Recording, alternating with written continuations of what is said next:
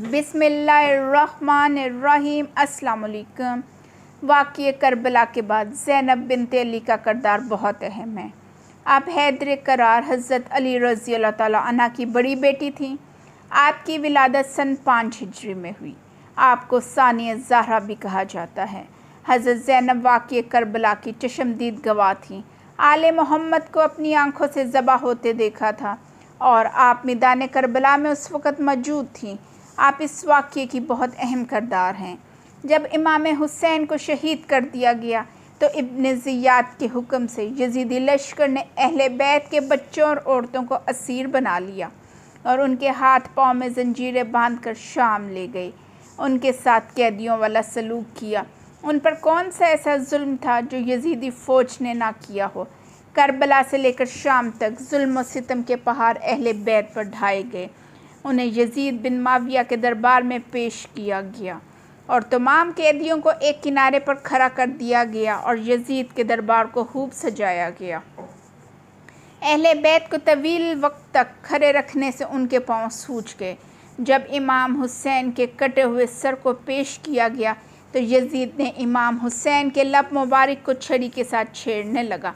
वो अपनी छड़ी से आपके लब मुबारक के साथ खेल रहा था तो ये दर्दनाक मंजर देखकर दरबार में मौजूद एक सहाबी रसूल अबू बरज़ा रज़ियल्लाहु तआला अन्हु से ये बर्दाश्त ना हुआ और उसने गुस्से से कहा, ए यजीद, तू जिन होठों पर छड़ी फेर रहा है मैंने इन्हीं आँखों से पैगम्बर रसूल हज़रत मोहम्मद सल्लल्लाहु अलैहि वसल्लम को चूमते हुए देखा है।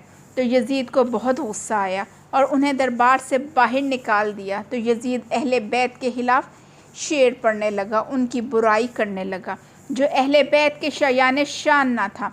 तो हज़रत ज़ैनब पर्दे से बाहर आईं और ऐसे गरज कर बोली कि ऐसा लगता था कि शेर खुदा हज़रत अली बोल रहे हैं।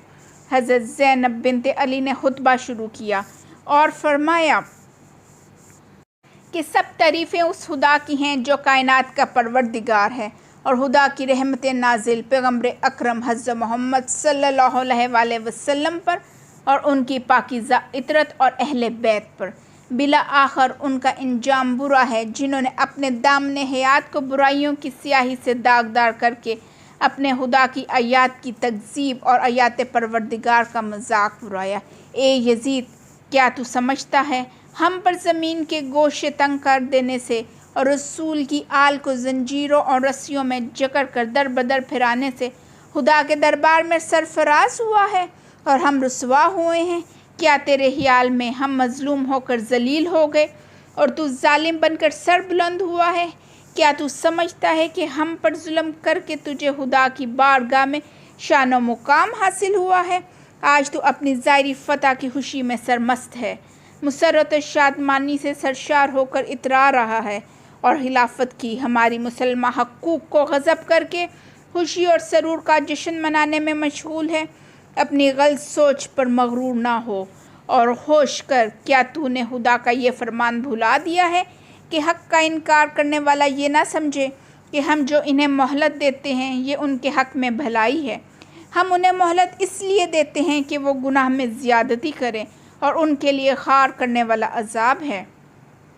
ए तलका के बेटे, क्या ये तेरा इंसाफ है कि तूने अपनी मस्तूरात और लोंडियों को चादर और चार दीवारी का तहफ़्फ़ुज़ फराम किया और उनको पर्दे में बिठा रखा है और रसूल साथियों को सरे बरहना दर बेदर फहरा रहा है?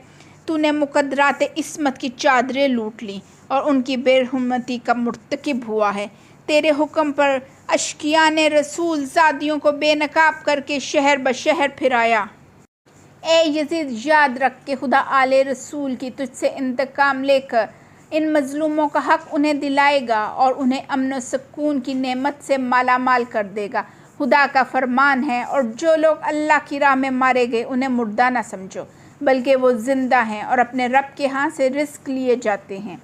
अफसोस तो इस बात पर है कि शैतान के हमनवा और बद किरदार लोगों ने रहमान के सिपाहियों और पाकबाज लोगों को तहत देख कर डाला है। अभी तक इस शैतानी टोले के हाथों से हमारे पाक खून के कतरे टपक रहे हैं। उनके नापाक दहन हमारा गोश्त चबाने में मसरूफ़ हैं और सहरा के भेड़िए इन पाकबाज शहदा की मजलूम लाशों के इर्द गिर्द घूम रहे हैं اور جنگل کے نجس درندے ان پاکیزہ جسموں کی بے حرمتی کر رہے ہیں، تو جتنا چاہے مکر و فریب کر لے اور بھرپور کوشش کر کے دیکھ لے، مگر تجھے معلوم ہونا چاہیے کہ تو ہماری یاد لوگوں کے دلوں سے نہیں مٹا سکتا، اور نہ وہی الہی کے پاکیزہ اثار محو کر سکتا ہے۔ تو یہ خیال ہم اپنے دل سے نکال دے کہ ظاہر سازی کے ذریعے ہماری شان و منزلت کو پالے گا۔ تو نے جس گھنونے جرم کا ارتکاب کیا ہے، اس کے بدنما داغ اپنے دامن سے دھو نہیں پائے گا۔ تیرا نظریہ نہایت کمزور اور گھٹیا ہے۔ تیری حکومت میں گنتی کے چند دن باقی ہیں، تیری سب کے سب ساتھی تیرا ساتھ چھوڑ جائیں گے۔ تیرے پاس اس دن کی حسرت اور پریشانی کے سوا کچھ نہیں بچے گا جب منادی اعلان کرے گا کہ ظلم و ستم گر لوگوں کے لیے خدا کی لعنت ہے۔ سامعین، یہ وہ خطبہ ہے جو سیدہ زینب نے یزید کے دربار میں ارشاد فرمایا۔ اس خطبے کا یزید کے دربار میں بیٹھے ہوئے لوگوں پر بہت اثر ہوا۔ اگر آپ کو یہ ویڈیو پسند آئی ہے تو اس ویڈیو کو لائک کریں، شیئر کریں اور کمنٹ میں حضرت زینب بنت علی پر سلام لکھیں۔ ملتے ہیں جلد ایک نئی تحقیقی، تاریخی اور اسلامی ویڈیو کے ساتھ۔